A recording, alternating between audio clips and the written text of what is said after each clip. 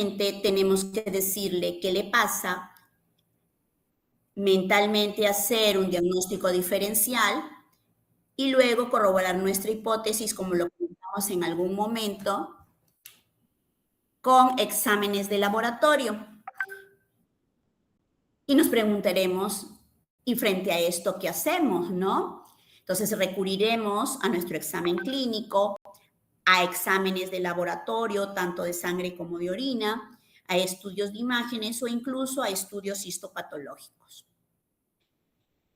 Y llegamos a la conclusión de que es el glomérulo el causante de este problema y tenemos que definir principalmente si esta lesión es lesión glomerular primaria, es decir, solo afecta al riñón, o secundaria, es decir, manifestación de otra enfermedad que tiene un nivel sistémico. Normalmente vamos a tener que delimitar todas estas patologías en 4 tipos de cuadros importantes, ¿no? El primero, cuando solo encontramos hematuria o proteinuria aislada. Segundo, si es un síndrome nefrótico a motivo de esta charla, lo mismo que un nefrítico, si se convierte en una glomerulopatía rápidamente progresiva o si es una glomerulopatía crónica, ¿no?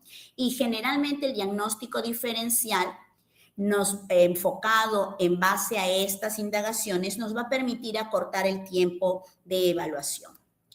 Y daremos paso a lo que es la anamnesis. La historia clínica siempre es la base de todo buen diagnóstico y buen tratamiento. Preguntaremos sobre el edema, que es una de las manifestaciones más frecuentes, sobre el ritmo circadiano de este edema. Hemos comentado ya que la parte renal generalmente empieza el edema en el rostro, en los párpados precisamente, y es principalmente matutino. Es un edema periorbitario temprano, ¿no?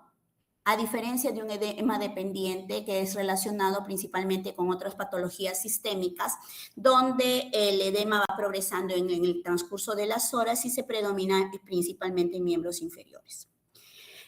Otra cosa importante que tenemos que averiguar es la apariencia de la orina. Si hay orina espumosa o no, podemos sospechar de la presencia de proteínas. Y si el color de esta orina tiene color de Coca-Cola o cambios en el volumen o cambios en el color, se puede sospechar de sangre.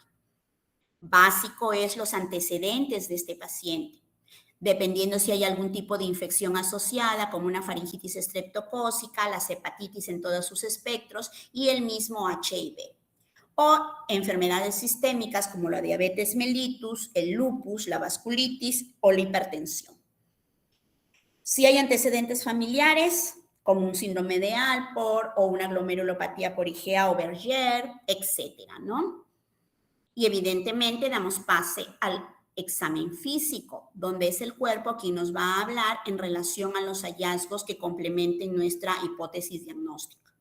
Y a nivel ocular podremos encontrar definitivamente el edema o la presencia de santelasmas. A nivel pulmonar habrá algún tipo de hemorragia si se asocia a una vasculitis o un síndrome pulmón-riñón, o habrá signos de congestión pulmonar o insuficiencia cardíaca como crepitantes, ¿no? Puede asociarse a hipertensión arterial por el aumento del volumen circulante. Hay manifestaciones a nivel de uñas por la hipoalbuminemia severa y persistente, y hay un edema dependiente también asociado cuando este ya se manifiesta como una anasarca. Pero también tenemos a la orina como un informante secreto, lo que ahora llaman de moda un colaborador eficaz, y este examen puede ser cualitativo y cuantitativo. Pero para tener los datos certeros tenemos que asegurarnos que nuestra muestra sea bien tomada. Si hablamos de la orina simple al azar, hablaremos de que hay una higiene previa, asear adecuadamente los genitales externos, descartar la primera orina, tomar el chorro medio preferentemente, procesarlo de manera rápida dentro de los siguientes 60 minutos o de lo contrario necesitamos mantenerlo en refrigeración a por lo menos de 8 grados. Para evitar una rápida proliferación bacteriana, la destrucción de células o la desintegración de algunos cilindros. Y si es una orina de 24 horas, pues tendremos que colectar la orina poniendo una hora de inicio y acudiendo al servicio higiénico y eliminando la primera orina. A partir de allí se va a recolectar todas las orinas y se van a depositar en un recipiente especial que va a estar debidamente rotulado con el nombre del paciente y el tiempo en que se va a colectar la orina. Y si este clima no es muy favorable, es muy caluroso, pues este depósito o recipiente debe guardarse en la refrigeradora, en la tapa o en la puerta de la refrigeradora, no en el congelador. Definitivamente no hay que fumar, no hay que usar chicles o ingerir licor o realizar ejercicios intensos durante la toma de la muestra y puede sí ingerir agua, pero se recomienda que sea principalmente la cantidad habitual. No es que por intentar llenar toda la galonera, pues tomemos más agua de la que necesita. Y vamos a dar pase a dos preguntas importantes o a dos hallazgos importantes para estos síndromes nefrótico y nefrítico. El primero, la presencia de proteínas que se va a ver asociada al síndrome nefrótico o la presencia de sangre que se va a ver asociada a síndrome nefrítico. En relación a las proteínas, lo normal es que sean menos de 150 miligramos por día o hasta 30 miligramos en 24 horas de albúmina. También hay proteinuria en rango no nefrótico, pero la que nos lleva a colación hoy día como motivo de la charla es la proteinuria en rango nefrótico. ¿Qué quiere decir? Que en 24 horas hay una colección de proteínas mayor a 3.5 gramos. Y un cociente proteinuria-creatinuria, ojo, es proteinuria-creatinuria, no albuminuria, mayor a 3. Las tiras reactivas pueden dar negativo cuando las proteínas son en cantidad excesiva, sí, pero cuando estas son un tipo diferente a la albúmina, es decir, gran cantidad de proteínas de tipo carena ligera o de tipo asociado a amiloide. Y si encontramos sangre, lo primero que tenemos que diferenciar es si esta sangre es de origen renal, a través de la presencia de eritrocitos dismórficos o si es de las vías urinarias cuando ya no hay eritrocitos dismórficos. Entonces, el primer paso va a ser la evaluación del filtro, que es la membrana basal glomerular, y la presencia o no de proteinuria. Normalmente esta membrana basal glomerular está constituida por el endotelio fenestrado, por lo que es la membrana en sí misma y por el epitelio altamente especializado constituido por los podocitos. Por alguna razón, cualquiera de las noxas que hemos mencionado y algunas más, esta barrera se rompe y pasan macromoléculas de bajo peso molecular al inicio. Menos de 150 miligramos al día puede ser el hallazgo normal. La albúmina puede ser menos de 20 y eso va a ser normal. Y también hay proteínas de Tansjorfal que se encuentran entre 30 y 50 miligramos al día, que van a constituirse en la matriz de los cilindros. Lo averiguaremos a través de tiras reactivas que principalmente detectan albúmina, por eso es que si salen negativas no descarte el hecho de que haya proteínas de cadenas ligeras, por ejemplo, ¿no? El gol estándar siempre va a ser la orina de 24 horas o el cociente albuminuria-creatinuria o proteinuria-creatinuria que ya ha sido ampliamente validado. Una vez corroborado el hallazgo, se determinará si el problema es renal, pensando en alguna glomerulopatía y un daño estructural directo al filtrado glomerular, y extrarrenal si hay radiomiolisis, hemólisis o mieloma múltiple. Les he colocado estas diapositivas para saber que las tiras reactivas nos van a indicar si hay trazas, menos de 10 miligramos por decilitro, una cruz de 15 a 30 miligramos por decilitro, dos cruces de 40 a 100, tres cruces de 150 a 350 y más de 600 hablamos ya de 4 cruces en tira reactiva. Cuando hablamos de proteinuria en un examen o muestra al azar, lo normal es que haya menos de 10 miligramos por decilitro. Y valoraremos la presencia de 4 cruces, que en promedio es más de 1000 miligramos o más de 1 gramo. Acá tenemos los valores de proteinuria, creatinuria, que es de 0.5 en menores de 2 años y 0.2 en mayores de 2 años. proteinuria leve hasta 0.5 de cociente, proteinuria moderada hasta 2 y severa más de 2, que ya es un rango nefrótico. O en orina de 24 horas en los niños hablaremos más de 40 miligramos por metro cuadrado de superficie.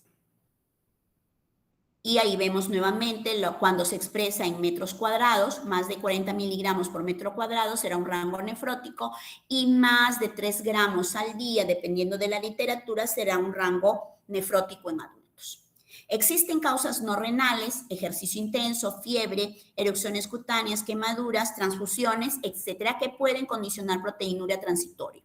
También existe clasificación de patologías según el grado de proteinuria. Proteinuria mínima, generalmente ejercicio, la fiebre, la hipotensión ortostática, la hipertensión, algunas infecciones. Moderada, nefritis leves, insuficiencia cardíaca congestiva, diabetes, pielonefritis, preeclampsias, ¿no? E intensas, todos aquellos espectros histológicos relacionados con el síndrome nefrótico, tanto agudos como crónicos, incluyendo amiloidosis y lupus. Hay factores que determinan el grado de la proteinuria. Sí, la cantidad de proteínas en el plasma, el tamaño de estas proteínas, su carga eléctrica, que la barrera o membrana basal glomerular esté intacta, su carga negativa conservada, que los túbulos funcionen bien, que no haya atrapamiento específico de proteínas por parte de la enfermedad primaria. Hay enfermedades que se asocian a problemas glomerulares, todos los espectros histológicos, cambios mínimos, posinfecciosas, rápidamente progresivas, enfermedades que se asocian a proteinurias leves, que de origen tubular, principalmente el síndrome de Fanconi, las pielonefritis y los cistinosis. Cuando hablamos entonces ya de síndrome nefrótico, aquel que se asocia a pérdida masiva de proteínas, tendremos un triángulo que incluye la proteinuria masiva. Al perder proteínas, la albúmina en sangre disminuye a menos de 3 gramos por decilitro, y esta variante incluye parte de uno de los mecanismos de generación de edema. La hipoalbuminemia, al reducir la presión oncótica, aumenta la retención de sal y agua y nuestro paciente se edematiza. Pero asociado a esto va a haber un cambio en lo que es la composición de los lípidos, y el hígado va a producir más lípidos, causando hiperlipidemia y pudiendo haber lipiduria, o sea, presencia de lípidos en orina.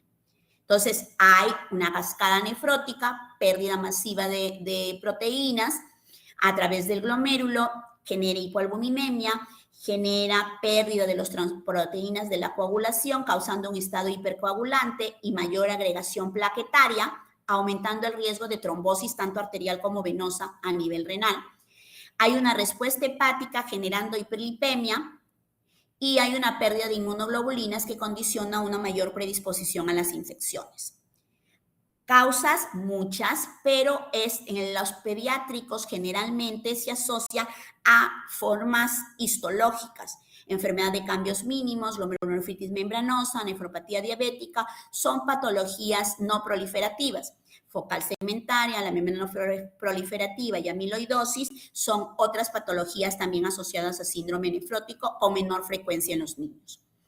Y hemos comentado que van a condicionar un estado de hipercoagulabilidad, de inmunosupresión, aumentando el riesgo dramático a las infecciones, y una falla multisistémica por desnutrición y un balance negativo nitrogenado. Y si hablamos de síndrome nefrítico, hablamos principalmente de una inflamación activa del capilar glomerular, que va a traducirse en hematuria, proteinuria y alteración de la función renal. Si nefrótico afectaba principalmente al epitelio de la membrana basal, o sea, al podocito, el nefrítico afecta principalmente al endotelio, es decir, al interior y aquella capa que tiene directamente contacto con la sangre del paciente. Por ende, las reacciones sistémicas al tener contacto directo con los mecanismos proinflamatorios va a ser mucho más drástica y aparatosa.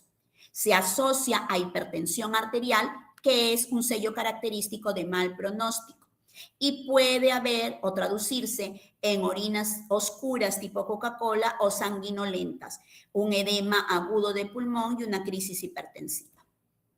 Este proceso inflamatorio glomerular va a causar hematuria con cilindros eritrocitarios porque las proteínas que comentábamos de Tanshorsfeld van a precipitar en los túbulos formando como un molde de gelatina en el cual van a estar incluidos los eritrocitos. La hipertensión condiciona una falla en la función renal, por ende un bajo gasto urinario y un aumento de la creatinina, y una proteinuria, pero en rango no nefrótico. Y las causas pueden ser variables, desde posinfecciosas, inmunoglobulina A, nefritis lúpicas o vasculitis, entre otras. Y vamos a tener los 5 criterios: hematuria, hipertensión, edema, oliguria, menos de 400 por día, y una proteinuria variable que no llega a 6.5 gramos. ¿Ok?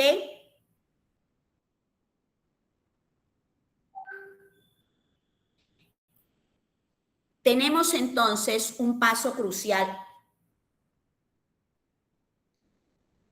que es la identificación de si el eritrocito pasó o no pasó por el glomérulo.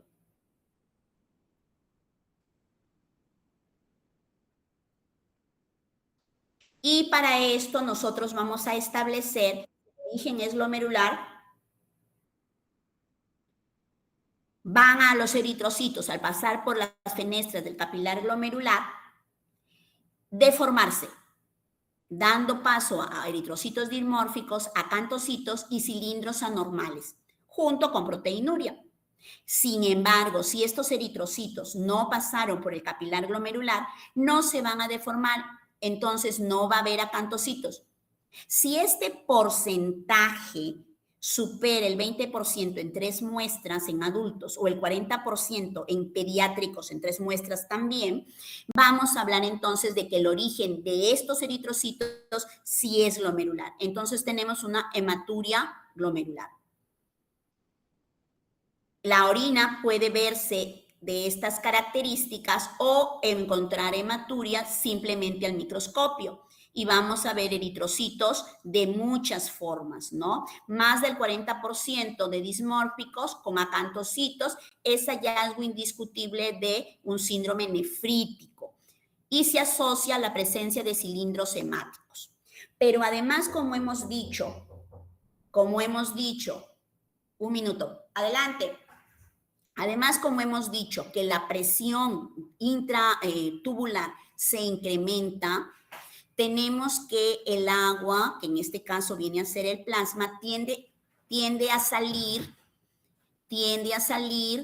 a través de las fenestras de este endotelio, causando una caída de la tasa de filtración glomerular, generando una falsa señal de hipoperfusión, haciendo que el sistema renal retenga agua y sodio de manera masiva. Y esto es lo que causa el edema blando, elástico a nivel facial y palpebral, fovea o signo de Godet, que no es tan prominente como en el síndrome nefrótico, hipertensión, sobrecarga de volumen e incluso puede llegar a clínica de insuficiencia cardíaca. Otro dato importante, detective clínico, podríamos decirlo así, en este delito de daño glomerular, es el complemento. En el síndrome nefrítico, al dañarse principalmente el endotelio, puede causar, dependiendo de la noxa, el consumo de complemento, especialmente 2 fracciones importantes, C3 y C4, asociado a glomerulopatías postinfecciosas, a nefritis lúpica y a membrano proliferativa. Cuando el complemento está normal, pensaremos en una enfermedad de Berger o inmunoglobulina A, vasculitis por ANCA positivo o lo que se denominaba antes un síndrome de Gottpasture.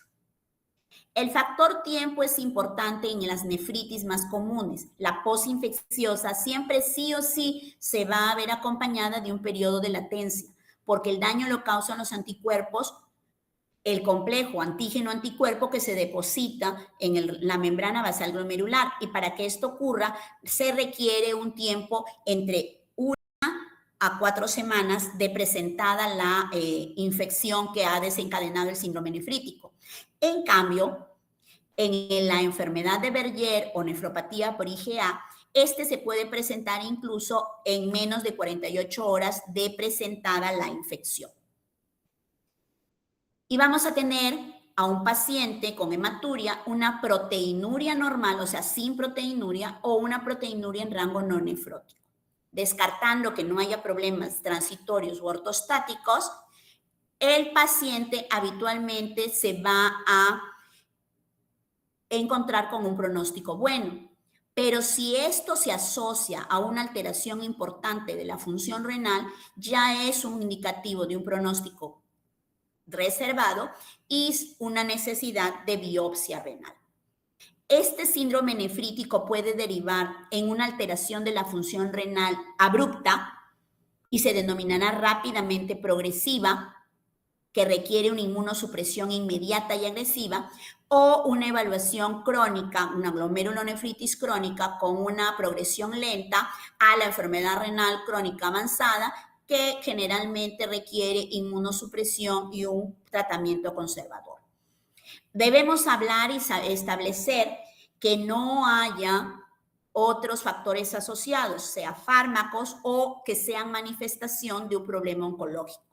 Los fármacos más frecuentes son los AINES para cambios mínimos y membranosa, heroína y pamidronato para focal segmentaria, penicilamina y mercurio para membranosa y ciclosporina, tacrolimus y anticonceptivos para un urémico hemolítico. Y los oncológicos, pulmón, mama y gastrointestinales, principalmente colon para glomerulonefritis membranosa, linfoma de Hodgkin para cambios mínimos, no Hodgkin para membranoproliferativas y el carcinoma renal para amiloidosis. A veces el síndrome nefrótico o nefrítico, en este caso principalmente nefrítico, va a ser la primera manifestación de la malignidad. Por eso es que nunca hay que olvidar descartarla. Recapitulando, vamos a tener un componente importante, la presencia de proteinuria, que puede haber proteinuria en rango nefrótico, más de 3.5 gramos, hipoalbuminemia, pero no hay edema o es leve, rango no nefrótico de 0.3 a 3.4 gramos en 24 horas, albúmina normal y es asintomático, o un síndrome nefrótico donde tenemos proteinuria, hipoalbuminemia, edema e hiperlipidemia con o sin lipiduria.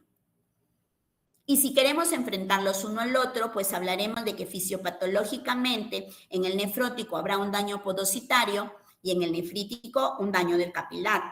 La proteinuria será mayor de 3 gramos al día y 3.5 gramos por 1.73 metros cuadrados, y en el nefrótico no va a ser así. La hematuria en el nefrótico va a ser rara o ausente.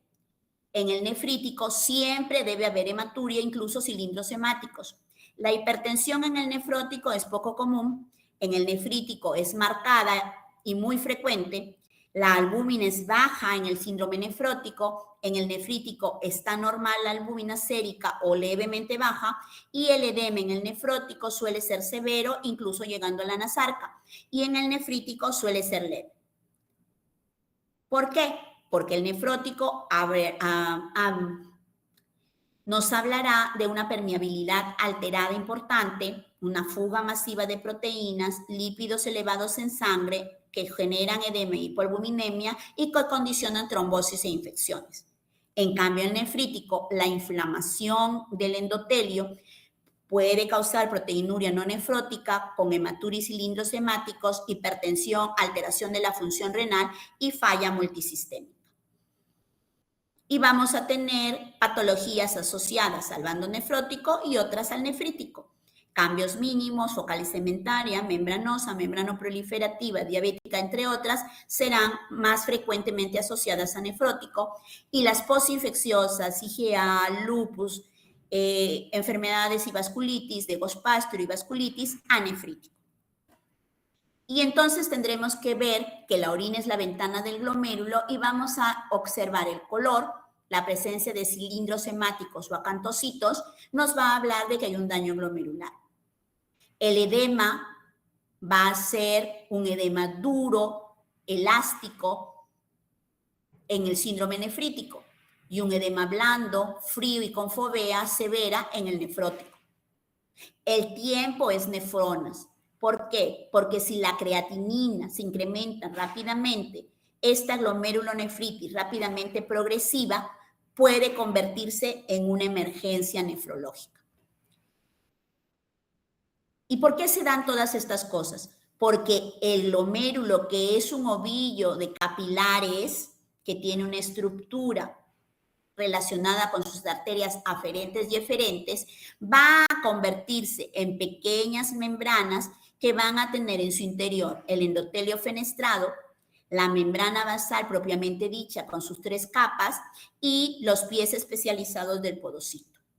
Y esto nos va a hacer recordar que antiguamente se decía que un incremento de la permeabilidad glomerular permitía la proteinuria causaba hipoalbuminemia, esta descendía en el plasma, la presión oncótica, disminuía el volumen circulante, activaba renina, angiotensina, aldosterona, retenía sodio, retenía agua y generalizaba edema. Además, la disminución de la presión oncótica generaba más edema. Esta hipoalbuminemia hacía o realizaba una estimulación hepática causando un incremento de producción de lípidos y disminuyendo los factores de la coagulación. Así era de fácil, pero ahora ya no es tan fácil, pues se ha logrado demostrar que la proteinuria no solo es un síntoma, sino que es la principal fuerza de daño, que hay una tolerancia hasta que esta proteinuria es masiva y se rompe el equilibrio cruzando un límite molecular crítico. Y entonces pasamos de lo que es una proteinuria aislada al rango nefrótico, definido como ya lo hemos visto. Pero cuando esto ocurre, ya se presenta una alteración sistémica, un colapso de los capilares glomerulares y una cascada a nivel local de vías patológicas y que estas condicionan un daño sistémico. La primera fase es la falla de la barrera de filtración, con borramiento podocitario que altera el citoesqueleto, permitiendo que los poros sean más grandes y el paso de moléculas de carga también negativa como las proteínas. Una falla mecánica y eléctrica al perder la selectividad de tamaño y carga de la membrana y por ende el paso masivo de las proteínas hacia el túbulo. Estas proteínas estructurales, tanto en la hendidura, la nefrina y la podicina, causan defectos en la permeabilidad, generando síndrome nefrótico. Hay un factor secretado en enfermedad de cambios mínimos. Se decía, ¿por qué ocurre esto? ¿Por qué al inicio solo se pierden proteínas y después de mucho daño se pierde ya otro tipo de proteínas, no solo albúmina?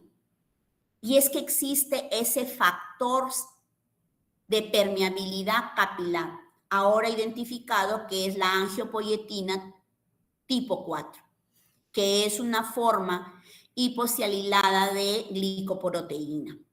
Esta va a hacer, al unirse a la membrana basal glomerular, que se pierda la carga aniónica, desencadenando al inicio una proteinuria selectiva, es decir, tratando de evitar la pérdida de las proteínas más grandes y por eso al inicio solo pasa la albúmina.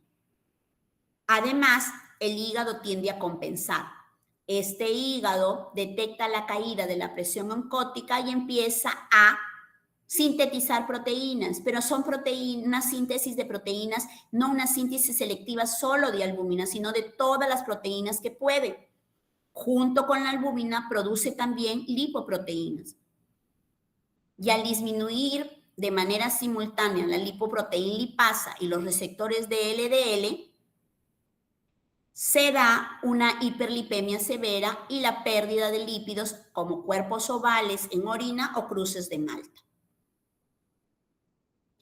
Además, se bloquean los receptores de LDL, hay una degradación lenta de estos, hay una degradación aumentada de estos receptores por la enzima proteica, hay una ceguera celular, el hígado es incapaz de captar el colesterol percibiendo un falso estado de déficit. Así que como nos falta colesterol, entre comillas, de manera falsa, este lo va a sobreproducir, expresando más síntesis de colesterol y más esterificación de estos, disponiendo más concentración plasmática de LDL. Y los mecanismos, la lipiduria va a ser estrictamente secundaria a la gran presencia de lípidos a nivel sistémico que se filtran por una barrera que ya está dañada, permitiendo además el paso de lipoproteínas de alta densidad, HDL. ¿Y qué observamos en la orina? Que estas se van a quedar atrapadas en las proteínas de Tansjorfal y pueden presentar cilindros, pero estos cilindros, al tener un patrón específico al microscopio, se les denomina cruces de Malta. Y el edema, ya hemos dicho, cae la presión oncótica, se extravasa al intersticio el líquido, hipovolemia, se activa el RAS y se retiene sodio. El paciente se hincha. Pero además esta es la primera parte. Después de eso, estas proteínas plasmáticas en el túbulo causan un defecto primario, retienen directamente sodio a nivel renal y expanden el volumen circulante. ¿Cómo se trata esto? Restringiendo la sal y usando diuréticos. Pero esta hipoalbuminemia, pérdida masiva por la orina, logra vencer al factor de compensación hepática, que puede triplicarse, pero más allá ya no. Entonces hay un límite fisiológico para producir albúmina, de 12 a 14 gramos al día. Puede triplicarse, pero a veces, como les decía, ya no es suficiente para compensar la carga de pérdida. Y ya va a empezar a disminuir la presión oncótica. Y el riñón pierde preferentemente albúmina con bajo contenido de ácidos grasos libres. ¿Por qué nos interesa esto? Desequilibrio oncótico, retención tubular de sodio y permeabilidad capilar. Altera el equilibrio en relación a los estados a los factores de coagulación y aumenta un estado procoagulante, causando un riesgo exponencial a la trombosis. Y se cierra el círculo vicioso, daño podicitario, hígado sobreestimulado, la caída oncótica, retención de la presión, un estrés mecánico, rompiendo el equilibrio entre el RAS y asociándose a una inmunosupresión dirigida. Pero les decía que para qué nos interesa que se elimina albúmina con bajo contenido de lipoproteínas o ácidos grasos libres. Porque normalmente la albúmina existe en la sangre libre, los ácidos grasos libres también están así, como su nombre lo indica, libres, y hay albúmina asociada a ácidos grasos. Al inicio, cuando se establece la anoxa, generalmente el riñón se daña y filtra exclusivamente albúmina con bajo contenido de ácidos grasos libres. ¿Eso qué quiere decir? Que se quedan mucho más ácidos grasos libres en el cuerpo, en la sangre específicamente, acumulándose en el torrente sanguíneo. Esto produce la cantidad baja de albúmina total más la alta carga de ácidos grasos libres, un aumento masivo de esta albúmina unida a los ácidos grasos. Y esto es lo que condiciona que este tipo de moléculas se depositen en el músculo, en el tejido adiposo y en el corazón, causando una absorción masiva de estos ácidos grasos libres por estos tejidos. Y estos tejidos van a condicionar la expresión de receptores nucleares PIPR, aquellos receptores activados por proliferadores de peroxisomas. Y estos inducen a la transcripción y secreción masiva del factor de permeabilidad capilar, la angiopoietina tipo 4. Y esta angiopoietina tipo 4 va a buscar ¿qué?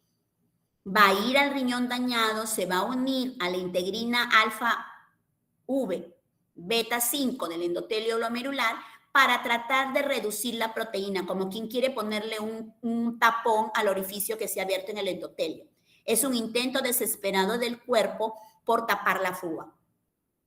Pero ¿qué pasa? Que estos mismos tejidos periféricos que secretan la angiopoietina tipo 4, se une esta a la lipoproteína lipasa unida al endotelio, convierte la lipoproteína lipasa en inactiva y bloquea la depuración de los triglicéridos, causando más hipertrigliceridemia.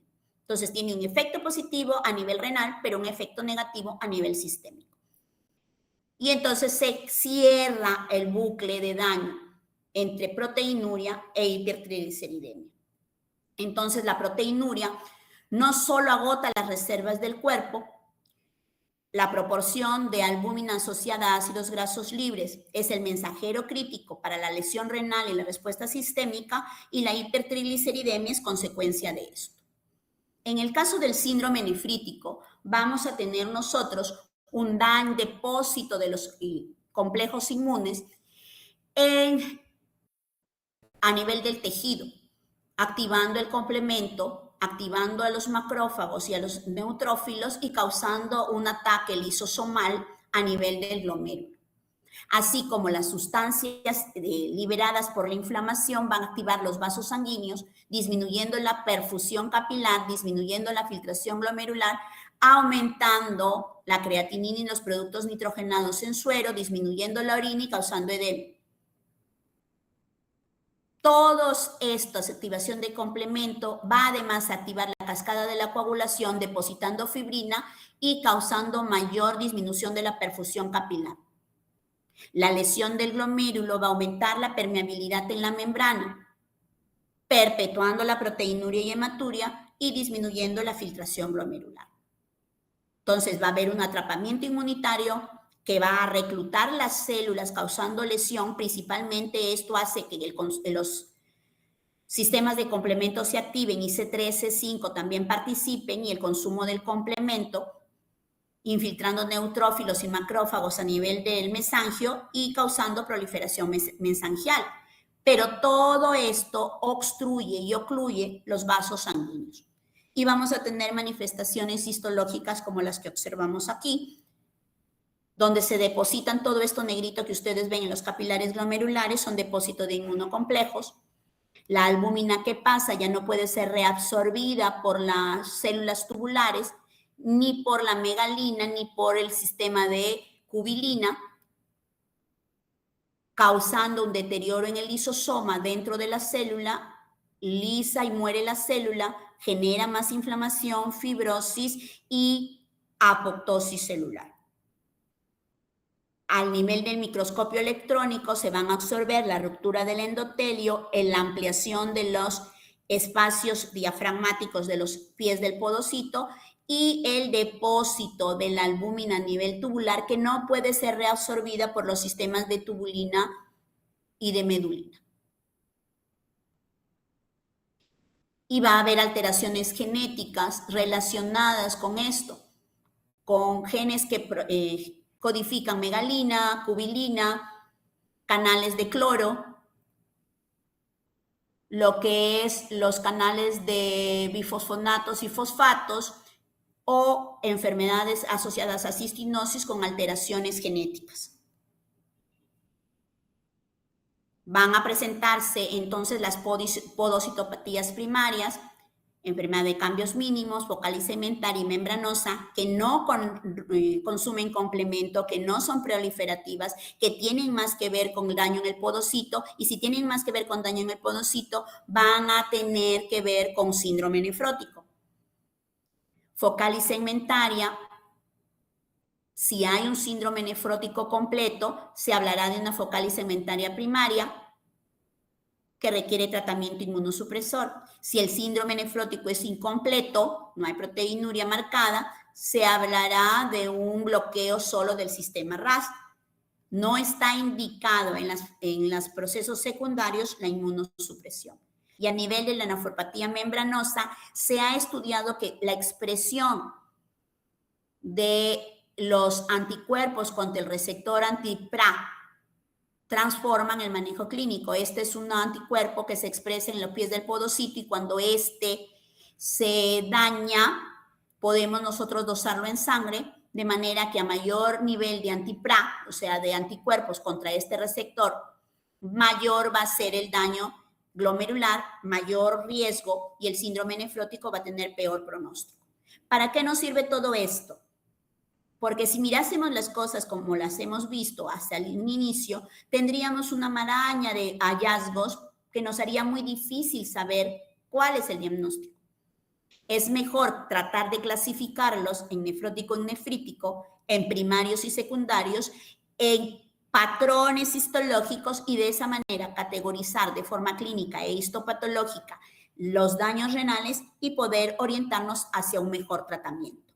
Eso hace que se presenten de manera sintomática, de manera de síndrome nefrótico, síndrome nefrítico, que sean rápidamente progresivas o que puedan ser crónicas. Cada una de ellas tiene una lista de enfermedades más asociadas a ello. Y es distinto en el adulto que en el niño, y el niño incluye hasta los 18 años, sobre todo por la evaluación de la cantidad de proteínas. En el niño se mide en relación a metro cuadrado de superficie corporal por hora y van a haber patologías más frecuentes como las de cambios mínimos sensibles a los esteroides. En el niño no se piensa en biopsia renal, excepto que haya resistencia al tratamiento después de las 12 semanas de este o un curso atípico. En el adulto, en cambio, encontramos un síndrome nefrótico, un síndrome nefrítico y parte del diagnóstico va a ser la biopsia renal. Y podremos hablar de si es asintomático, observaremos vigilantes, ver si requiere una biopsia, si es rápidamente progresivo, tendremos que ser agresivos en la inmunosupresión y si es un crónico, trataremos pues las patologías asociadas a ellos. De manera que podamos hacer una terapia de soporte o una terapia específica para cada una de estas patologías. Es lo que quería conversar con ustedes el día de hoy. Si hubiesen preguntas,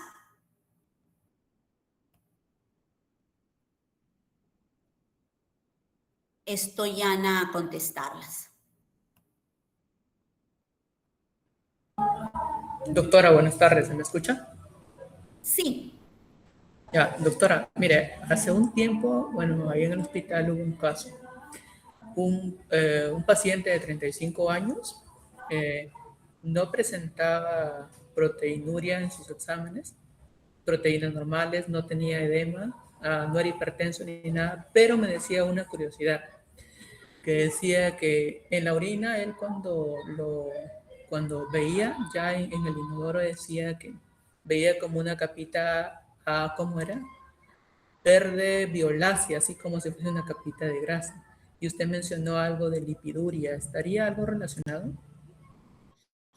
Lo importante es que cuando tenemos un examen de orina patológico podamos nosotros evaluar el hecho de la presencia de proteinuria, de hematuria y de